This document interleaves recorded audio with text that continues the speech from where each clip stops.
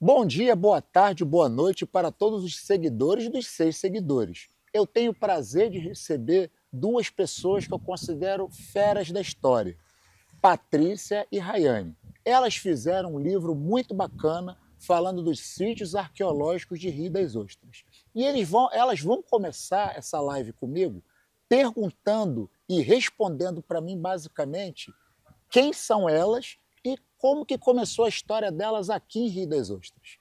Fala, meninas. Olá, tudo bem? Obrigada por você estar aqui com a gente. Eu sou Rayane. Junto com Patrícia, desenvolvemos esse trabalho ao longo do ano passado, na maioria. A gente já vinha trabalhando junto há alguns anos antes disso, num contexto de cuidado com o patrimônio, num contexto de militância dentro do Conselho Municipal de Cultura, da Setorial de Patrimônio. A gente se conheceu aqui na cidade através desse interesse em comum que a gente tem com a história, com o patrimônio. E a gente já tinha essa vontade de ter mais uma chance de se aprofundar em um trabalho, né? A gente vinha fazendo toda uma movimentação voluntária pelas causas aqui da cidade, né? Pelas questões da cidade. E quando a gente viu que estava nessa chamada em aberto para projetos, através da Lei Paulo Gustavo, a gente entendeu que era a nossa deixa, assim, para elaborar esse projeto, né? A história com esse. Bom, me chamo Patrícia. Obrigada, Anderson. Depois de um longo e tenebroso inverno, a gente conseguiu se encontrar. É isso. Minha história com a cidade. Eu sou arqueóloga, sou oceanógrafa de formação, arqueóloga por profissão durante muito tempo, sou educadora para memória e patrimônio e sou costureira nas horas vagas também, mãe, etc. A minha história com o Rio das Ostras tem um tempo já. Eu vim para cá 20 anos atrás. Morei aqui, casei. O casamento não deu certo. A relação com a cidade deu. E acabei me mudando para Aldeia Velha. Fixei residência em Aldeia Velha, que fica pertinho daqui, mais ali no pé da serra. Mas acho que essa paixão pelo mar, assim, sempre me puxava para cá, né? Então a vida estava lá em Aldeia Velha, mas tudo que eu não conseguia fazer lá era feito aqui, né? Então vinha para médico aqui, tem que ir no mercado grande, vamos lá para Rio das Ostras, vamos para praia. Então a gente estava sempre aqui. E nessas idas e vindas, a gente começou a conhecer mais Rio das Ostras, né? Foi quando eu descobri que tinha um sambaqui aqui, né? O museu já existia, então a gente já começou a conhecer. A equipe de arqueólogos com quem eu trabalhava expert nessa região aqui, então a gente estava sempre conversando sobre os sítios litorâneos. E aí, depois desse tempo todo, eu trouxe família, tive uma filha, minha filha começou o ensino médio. Eu falei, opa, tá na hora de ir para Rio das Ostras de novo. Então, tem 3 anos que eu voltei para morar aqui, entre Aldeia Velha e Rio das Ostras. E é isso. Estamos aqui. Por mais uns 3, até ela acabar o ensino médio, pelo menos, a gente está aqui nessa luta da cultura. E aí a parte mais legal que fez vocês virem até aqui. Quando surgiu a ideia do livro? Eu noto que Rio das Ostras, infelizmente, depois do fim dos anos 90, parou de ter produção literária falando da história local da cidade.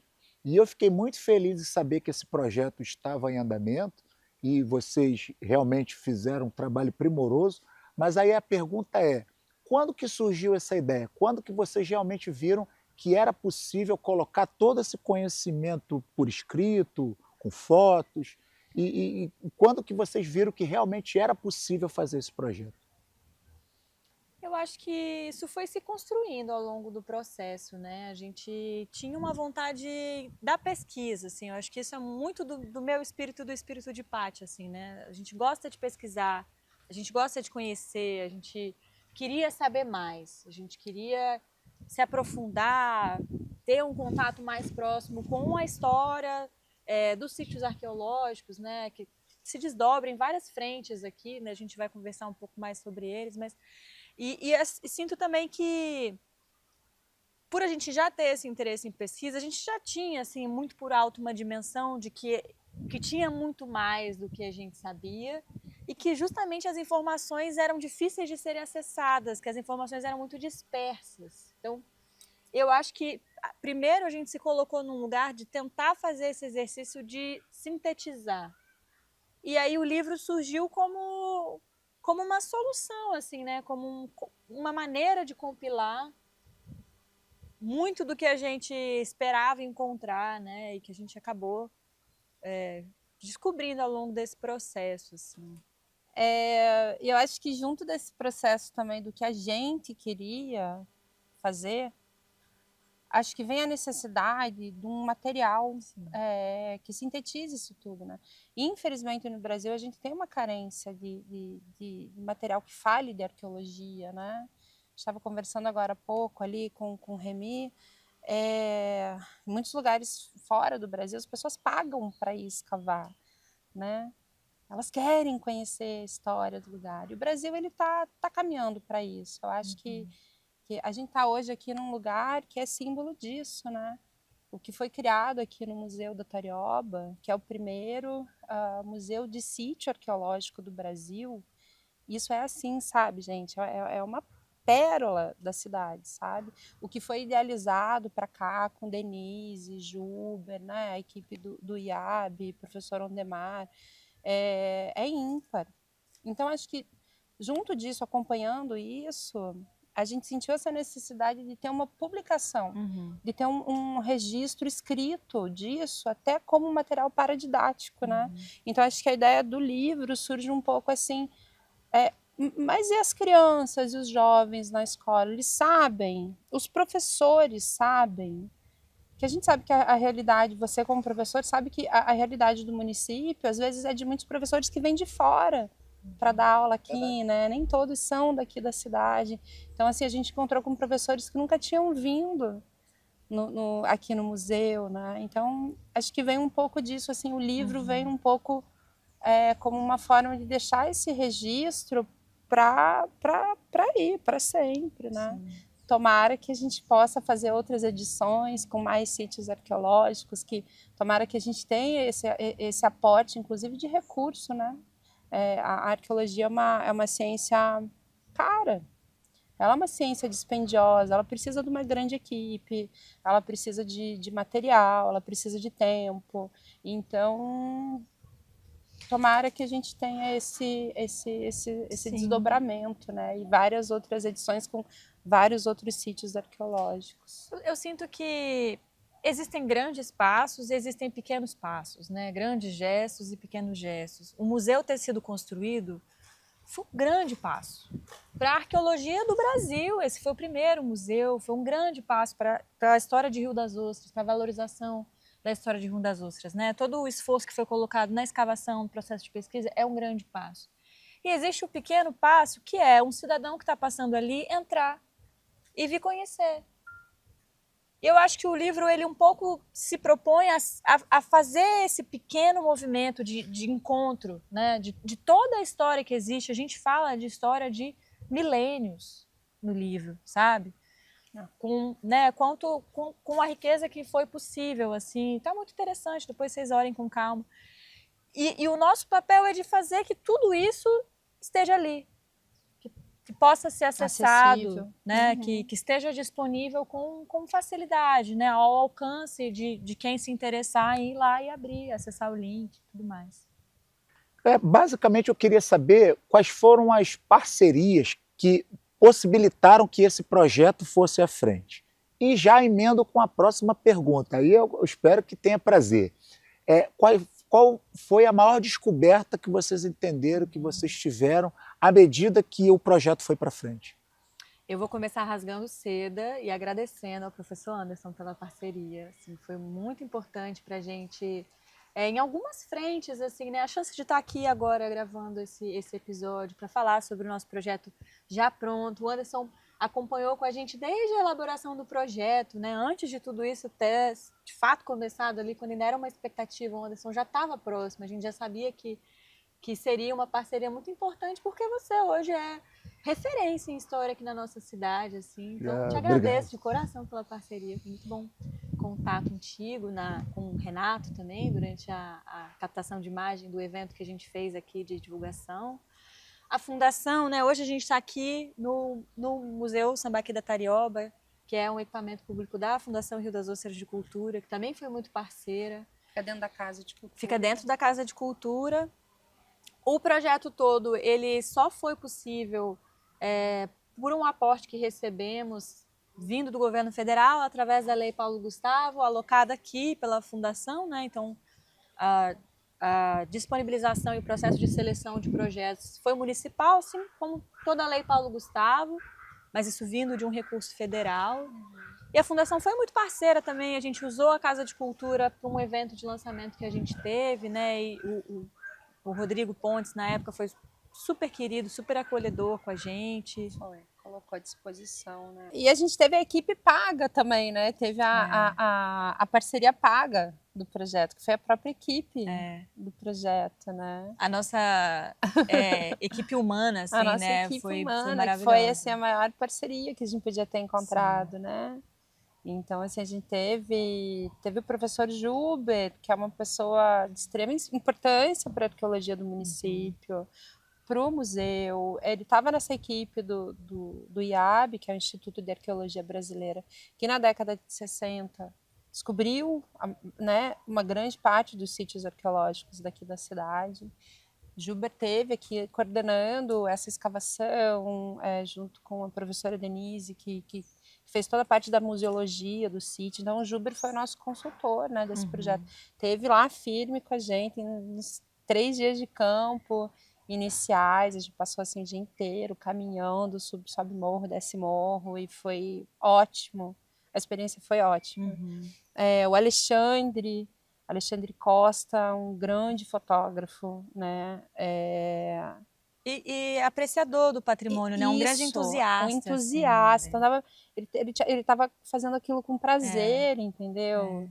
Eu acho que se ele não tivesse recebido, ele estaria lá de qualquer jeito feliz ainda. Então, assim, foi essa parceria, assim, esse recurso humano que a gente teve no projeto. Eu acho que dá para até já encaixar na próxima pergunta, que foi uma das grandes surpresas, eu acho, que a gente teve, que foi essa conexão, assim, sabe? Com as pessoas responsáveis pelo livro hoje estar escrito, né? No finzinho da edição, a gente ainda recebeu de surpresa, assim, de presente, um prefácio da Rita de Almeida. Rita, perfeito. Que é maravilhosa, assim, quem já acompanha a movimentação em prol do patrimônio aqui em Rio das Ostras, com certeza sabe da era da Rita aqui, né, com a UF. E ela foi muito parceira, assim, ajudou muito na revisão final, aquele momento ali, né, de ter que consolidar tanta informação, e ainda deixou um prefácio super carinhoso, assim, pra gente, assim, foi um bom presente, assim. Um poço de sabedoria, né? Foi um presente mesmo. Gentileza, leveza na maneira de dizer o que quer dizer, assim, né? Ela é muito boa. E uma grande descoberta, teve? Claro. Teve. Eu não sei se a nossa opinião bate, eu acho que bate, né? Porque foi um momento muito interessante a gente conhecer a estação de Jundiá. Aquele lugar é incrível. Eu fico toda arrepiada, porque chegando lá, já na estrada, assim, eu acho que parecia que tava tudo brilhando, assim, né? Que você tem uma pedreira, e aí você não sabe direito por que aquela pedreira tá ali. Você não sabe nem exatamente o que é uma pedreira, até você juntar as peças. Tem um muro assim, esquisito, com umas coisas esquisitas. Você fala, gente, o que é isso aqui, né? Então, quando você não leu a história antes, quando você não sabe, e essa é uma das dificuldades daqui da região, que é encontrar material escrito sobre, né?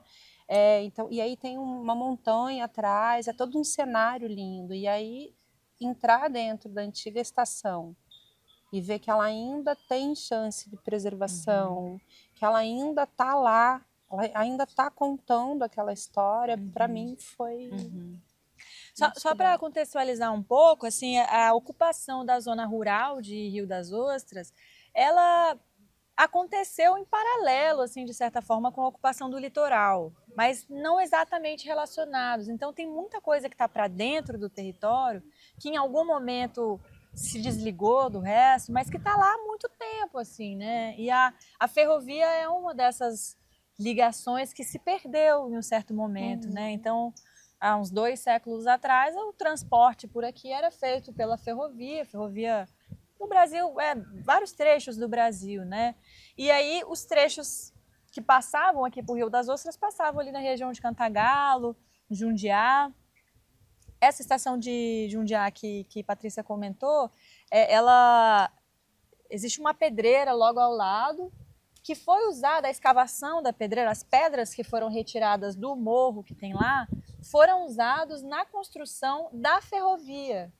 Então, o material bruto era escavado e pela própria ferrovia ele era encaminhado para as outras estações que estavam sendo construídas, né? E aí, em um determinado momento, a Ferrovia Leopoldina unificou toda boa parte das ferrovias aqui do Brasil, né, como um todo, incluindo nessa região. E depois isso foi sendo perdido, assim, em algum momento foi desativado, né? Os trechos do trilho foram se fragmentando, assim, né? Muita coisa hoje já nem é possível, assim, de reconectar a linha, mas a estação de Jundiá está muito bem conservada, a construção da estação. A gente passou também na Califórnia, onde ficava que é uma um outra... paralelo, né? Em termos de preservação, é um paralelo. Você tem Jundiá ainda bem preservada, de repente por conta da pouca movimentação, né?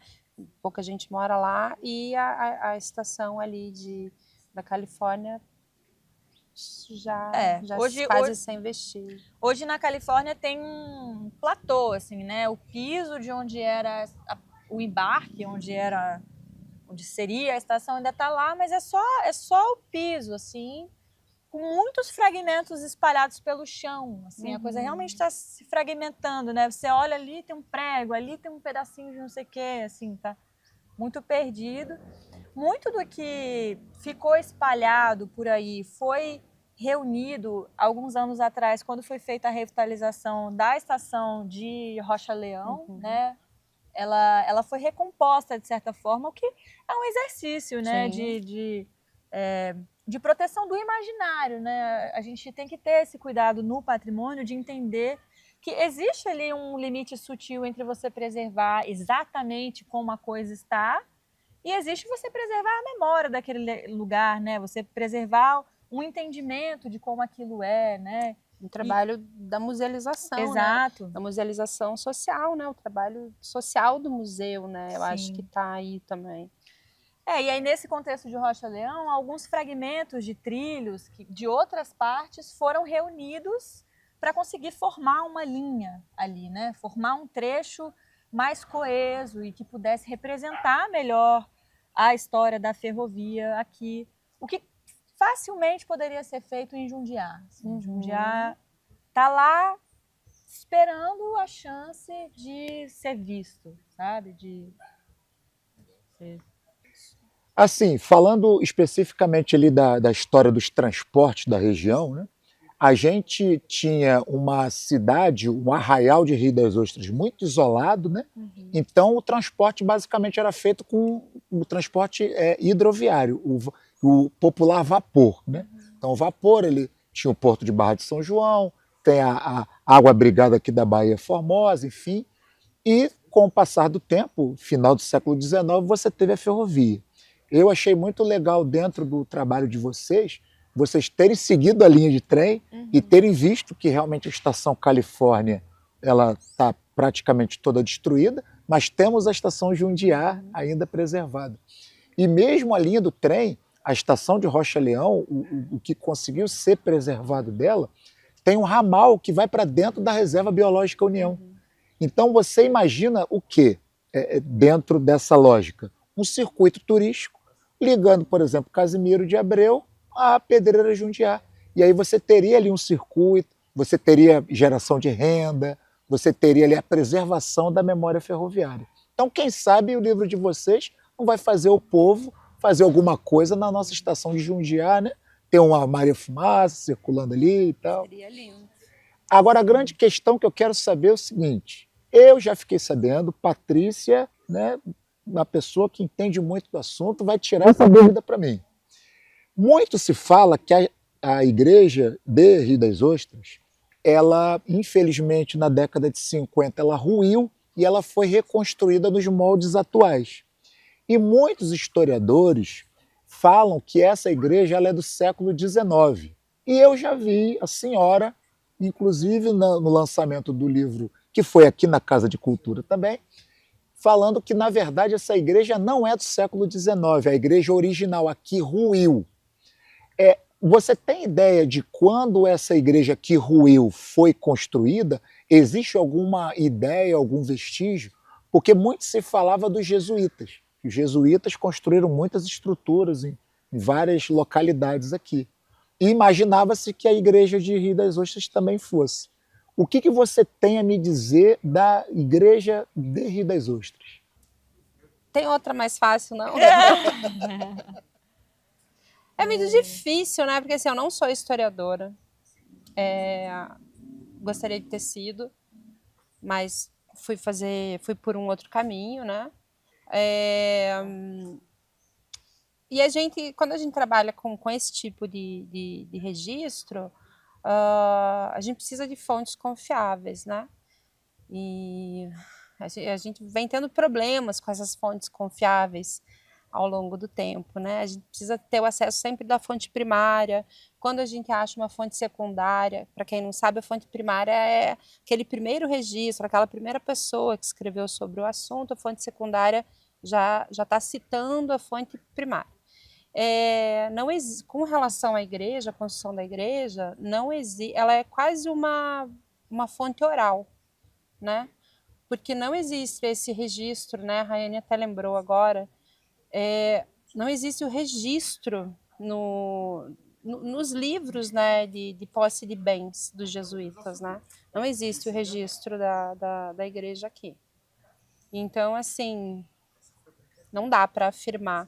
Com certeza, quem construiu teve realmente essa segunda construção nos moldes da primeira, né? Então, ainda há que se entender que essa igreja veio até os dias mais atuais, porque pessoas lembravam ainda como era essa construção, mas não dá para afirmar 100% que foi uma igreja construída pelos escravos, pelas pessoas escravizadas, e que foi a mando dos jesuítas, que foi uma obra, né, realmente custeada e a pedido dos jesuítas. Os jesuítas, em um dado momento, eles foram expulsos do Brasil, né? E aí, quando isso aconteceu, todos os bens que eram registrados, que eram de posse dos jesuítas, eles passaram adiante. Então, existe ali um levantamento do que foi passado para frente e não consta essa igreja. Não dá para dizer que ela não existia, mas também não existe um registro de que ela existia.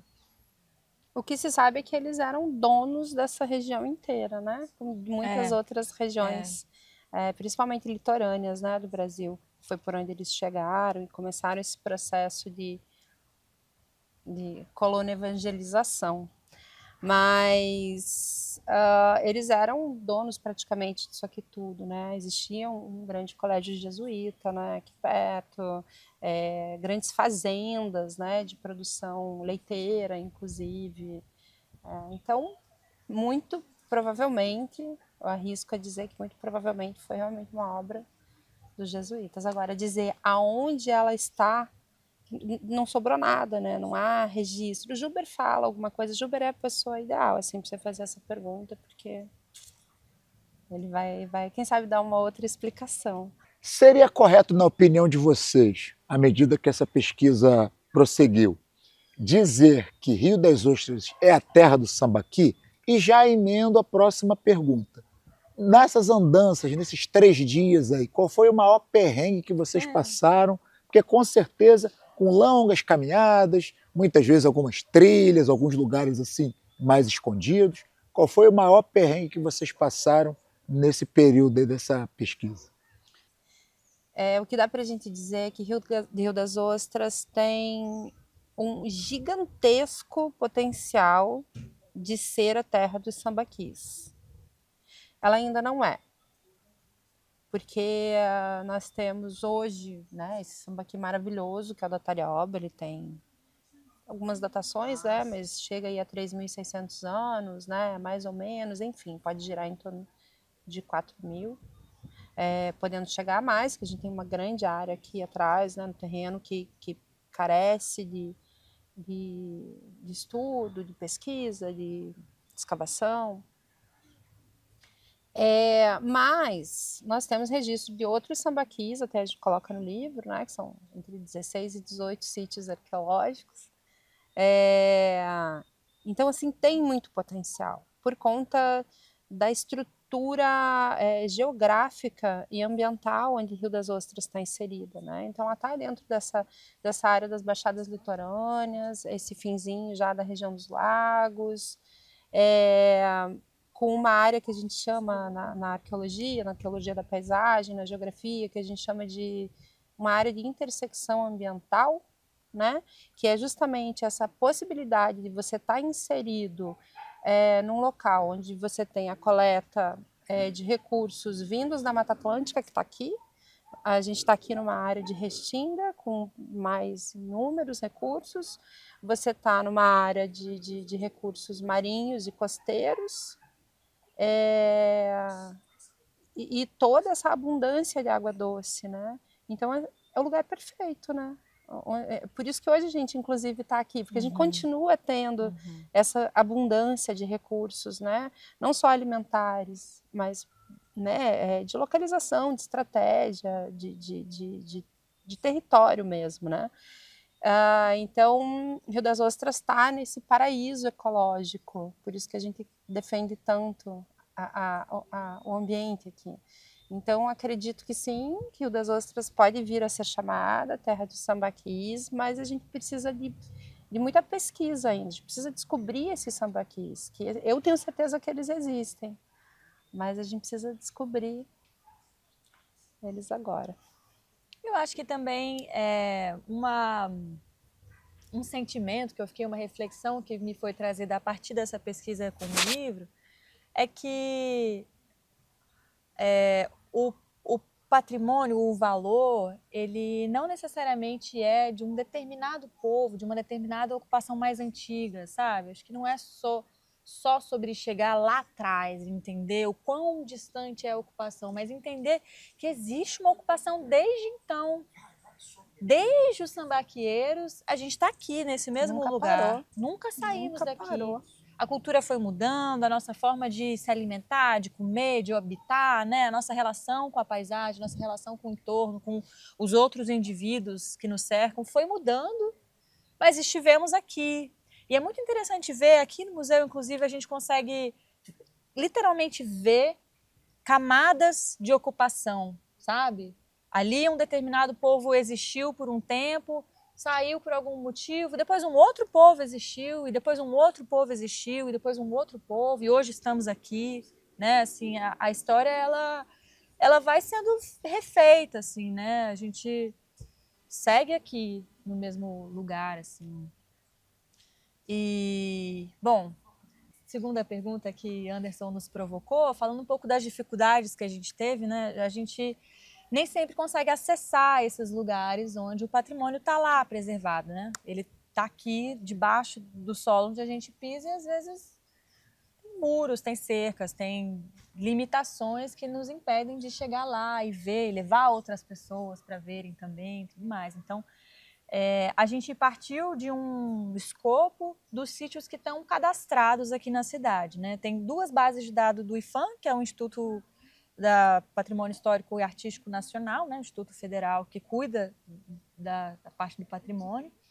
E ao longo dos anos, conforme foram sendo descobertos, encontrados, achados, objetos relevantes ou áreas que tivessem um potencial ali de arqueológico, isso foi gerando cadastros. A gente compilou essa lista, fomos atrás dos sítios e não conseguimos entrar em todos. A gente registra até quais a gente não conseguiu entrar, como foi esse processo, por que não conseguimos entrar, o que a gente imagina que possa estar por trás disso, assim. E é o nosso limite, né? Assim, a gente fica muito feliz pelas portas que foram abertas, assim, né? A gente encontrou muita coisa interessante, assim. E eu sinto que também um pouco o foco passa a ser esses, né? Se a gente encontra um caminho aberto, a gente vai no caminho que está aberto. Se a gente encontra um caminho que não está, é uma pena. Tem situações que até valem uma próxima tentativa, valem uma investigação mais a fundo, né? Um cercar pela beirada ali, mas tem muito caminho aberto também para que pode gerar pesquisa, que pode gerar mais informação, mais entusiasmo com tudo isso. Né? Quando você tem convidados bacanas que nem esse, a hora de dar like é agora. Se você não der like, a pessoa não volta. E não vai ter convidados tão bacanas como esses falando aqui nos seus seguidores. Então, meu filho, dá uma força para mim, dá um like, curte, compartilha com amigo, com inimigo, compartilha com todo mundo. O importante é manter o engajamento. E agora, falando com as minhas colegas, o nosso arqueólogo Juber, ele sempre fala muito isso, que eu acho que vale como uma reflexão para os moradores de Rio das Ostras e de outras localidades. O Juber deixa claro que nenhuma obra para por conta de encontro de restos arqueológicos. As pessoas, infelizmente, têm aquela cultura de achar que descobrir resto arqueológico, ai meu Deus do céu, vou perder minha casa, quando não é isso. O arqueólogo ele vai lá, ele vai fazer a pesquisa dele, ele vai pegar todos os resíduos, os restos, enfim, que são importantes para a pesquisa dele e vai fazer ele prosseguir com a obra. Então eu acho que vale a pena para o poder público, de um modo geral, uma campanha de conscientização. Eu mesmo, há 5, 6, 10 anos atrás, talvez, eu não teria a menor noção do que eu faria se eu estivesse fazendo uma obra na minha casa, eu encontrasse restos arqueológicos, eu ia ficar naquela. Então, eu acho que uma população esclarecida, ela seria muito útil para a pesquisa. Começou a fazer a obra, descobriu o resto arqueológico, ele teria um lugar onde ele pudesse ligar, a pessoa mandaria especialistas lá, faria lá todo o trabalho que tem que ser feito, e depois a obra segue em frente. Porque a gente vê que todo o litoral, pelo menos do estado do Rio, que eu tenho conhecimento, Maricá, Saquarema, Rio das Ostras, Macaé, eu fiquei surpreso que Macaé também tem vestígios arqueológicos, muitos. Então, quer dizer, é uma população que mora nessas cidades e que muitas vezes não sabe da riqueza arqueológica que está embaixo dos pés dela.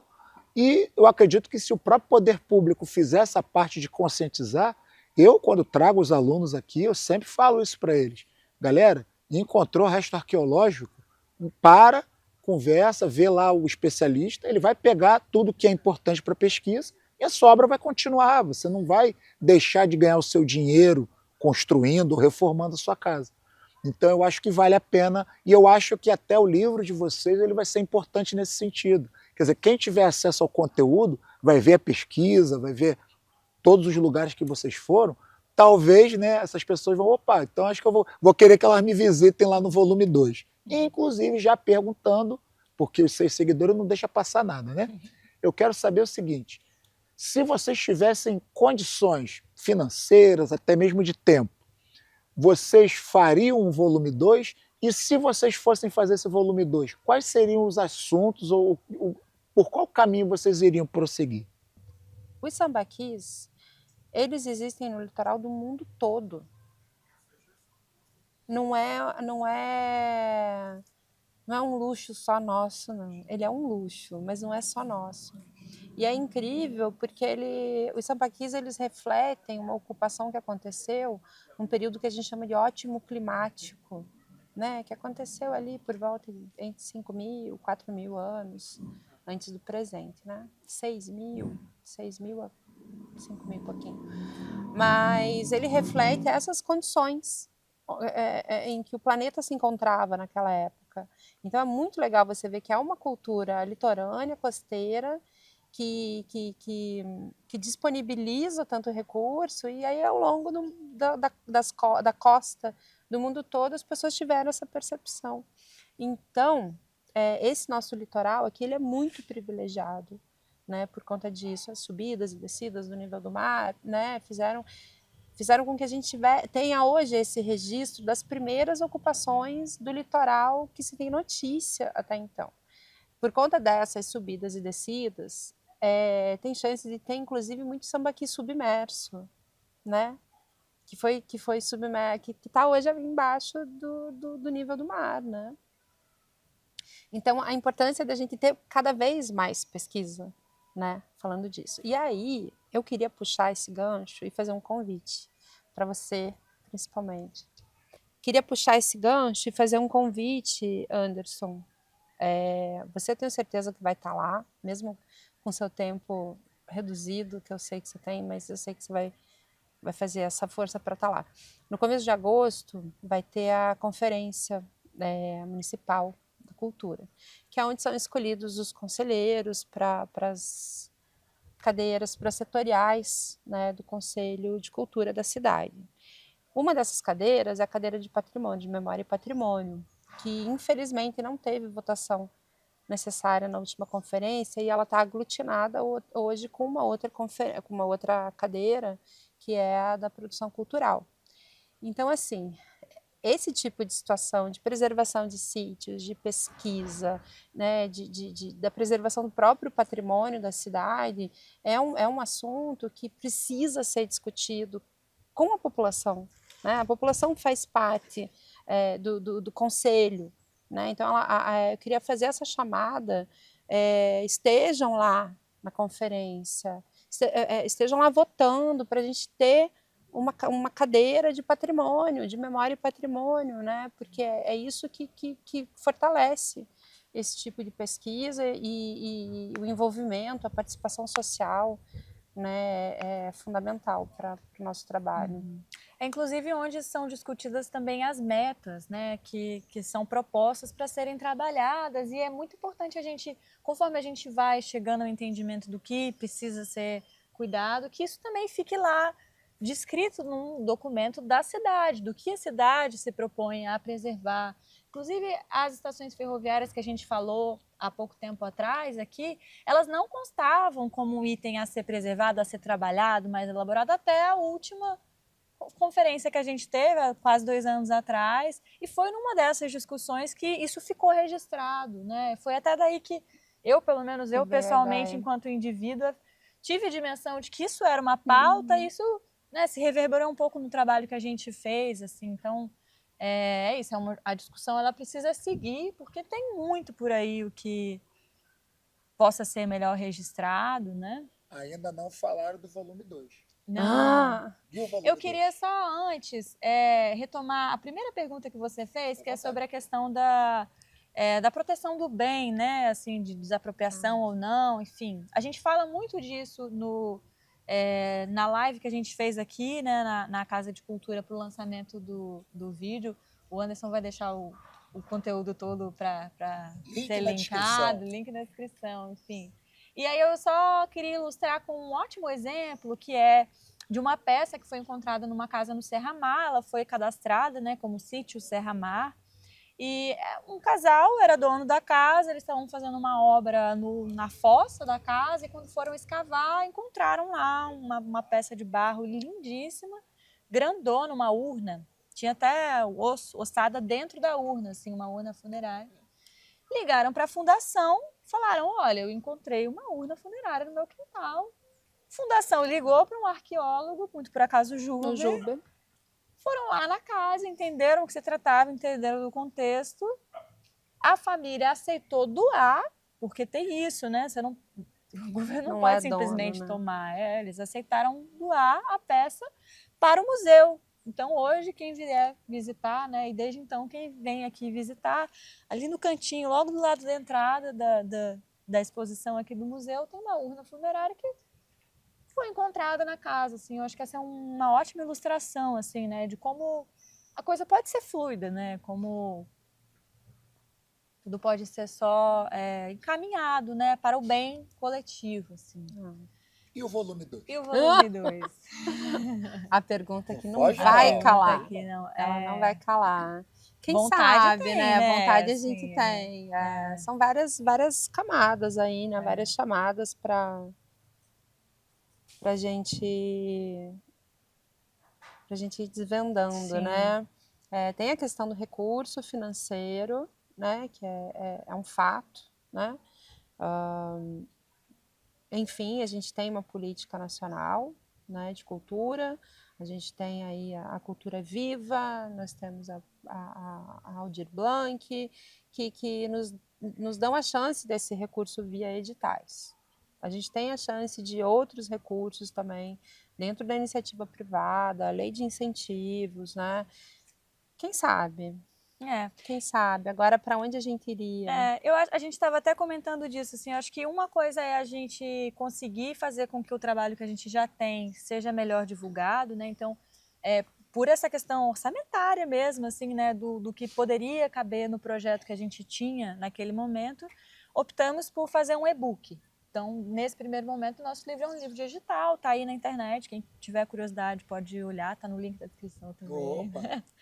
Tá aí para todo mundo, mas ele não foi impresso. Assim, a gente imprimiu uma cópia que foi para a Biblioteca Nacional só. Então, uma cópia, né? Não foi nenhum livro. não foi nenhum livro, nenhuma foi uma gráfica impressão, faz, foi uma impressão do e-book, assim, que está lá registrado.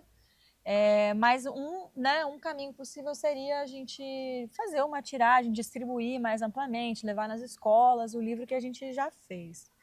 E outros temas são possíveis, né? A gente, de novo, né? A gente falou da questão ferroviária, a ocupação rural toda, muito interessante.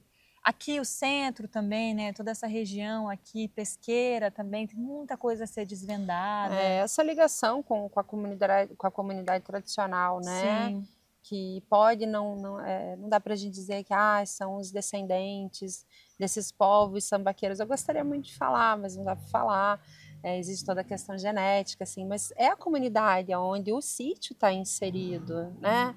É a comunidade de pescadores, assim, é a maior referência que a gente tem hoje aqui nesse cantinho aqui de Rio das Ostras, né? Então, acho que um trabalho muito bacana seria fazer essa ligação, né? Essa conexão entre essa comunidade e o próprio sítio, né? Acho que poderia ser um trabalho bacana também, esse envolvimento. Mas o volume 2, ele precisa de assunto. Para ter o assunto, precisamos aí ou de mais sítios, e aí pesquisa, ou aprofundar a pesquisa nos sítios que já existem. Então, mais uma vez, recurso é necessário. É isso. O envolvimento do poder público, gente, também é uma coisa assim que é fundamental, né, nesse trabalho. Esse entendimento de que isso existe, de que isso é importante, de que o patrimônio cultural é fundamental para a vida das pessoas, e que existe essa ligação entre patrimônio e turismo, né, entre patrimônio e todas as outras esferas, né, municipais. Bem, minha gente, se encaminhando infelizmente para o final do nosso bate-papo, estão gostando? Gostaram do bate-papo? Nossa, muito prazer estar aqui contigo. Então tá bom, então tá bom. Eu, particularmente, fico muito feliz em ver pessoas tão comprometidas com a ciência, tão comprometidas com o saber histórico, né, que é a minha área de história, tudo em casa. E eu, particularmente, quando cheguei em Rio das Ostras, em 2006, eu tinha muita sede desse conhecimento. E, para minha surpresa, tinha esses livros na biblioteca municipal, que eu só fui saber anos depois que eles estavam na biblioteca, mas eu acho que tem um público que ele é muito sedento pelo conhecimento. E geralmente, infelizmente, esse público geralmente já passou dos 30, 35 anos e ele busca esse conhecimento. A juventude que muitas vezes vai à escola, eu acredito que ela vai muito naquela coisa da obrigação, do conhecer, do passar de ano, enfim. Só quando a pessoa amadurece um pouco mais, de repente tem um pouco mais de tempo, mais recurso, ela passa a consumir, seja através de museu, seja através de livro, enfim.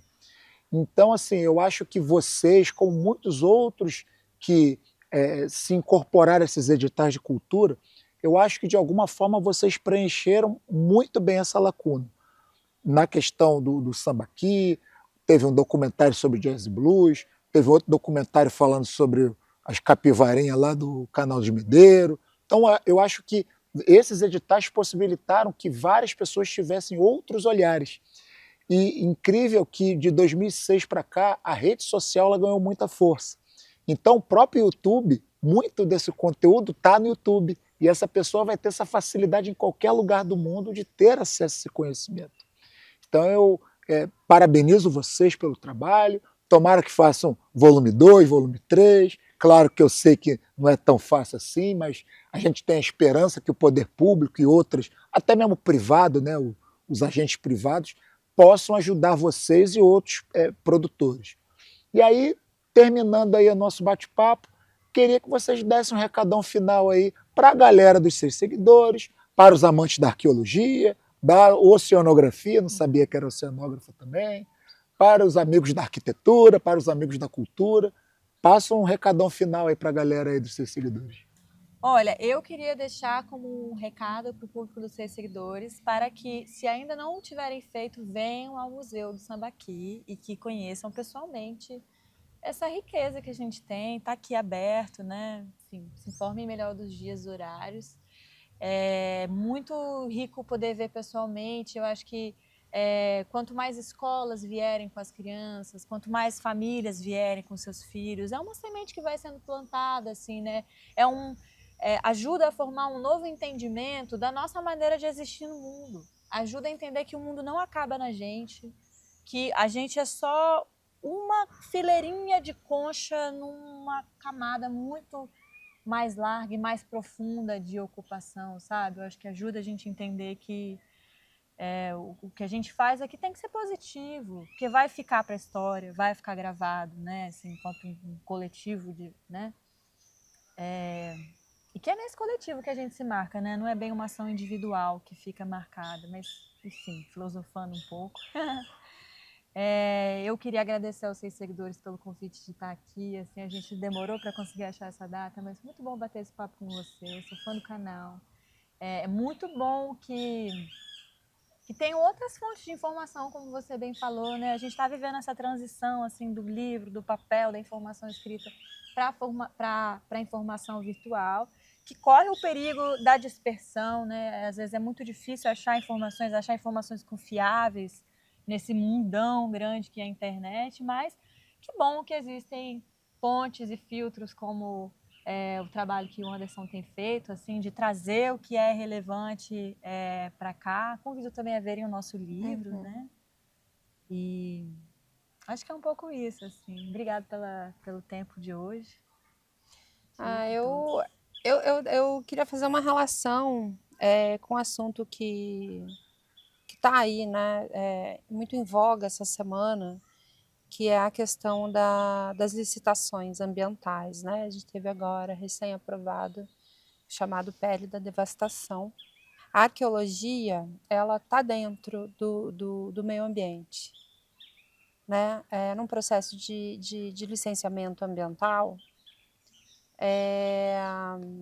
a arqueologia tem um estudo dentro de um EIA-RIMA, por exemplo, né, que é o estudo de impacto ambiental de uma obra e tal. Ela tem um licenciamento atrelado a esse impacto ambiental. Então, preservem, em primeiro lugar, o meio ambiente. O patrimônio ambiental, ele é o nosso arcabouço, né? Não existe, a gente não consegue falar de patrimônio cultural, a gente não consegue falar de arqueologia se a gente não tiver o meio ambiente preservado, em primeiro lugar, né? E aí o patrimônio cultural está dentro, faz parte disso tudo, né? Então, preservem, ajudem a preservar, encontrou, comunica, isso que você falou é fundamental. Nenhuma obra para, né? Nenhuma obra, a não ser que faça assim a descoberta do século, mas assim, nenhuma obra para. Então, pausa, dá uma pausa, comunica, esse registro é fundamental. Esse vestígio ser recuperado, né, através do salvamento arqueológico e vir parar numa instituição como um museu, permite com que outras pessoas conheçam essa história. Se você só passar por cima, ninguém mais vai saber, e às vezes é algo assim importantíssimo, né, para a gente, como a Rai vem falando, para a gente entender quem a gente é hoje, né? Por que a gente está aqui hoje? O que a gente vai fazer daqui para frente? Então, preservem e compareçam uma conferência para ajudar o setorial a continuar. Obrigada, Anderson. Minha gente, terminando mais um bate-papo com pessoas interessantes, com um assunto muito bacana. Viva a cultura! Vamos preservar o nosso patrimônio histórico, vamos preservar o nosso meio ambiente. 6 seguidores, a história é aqui.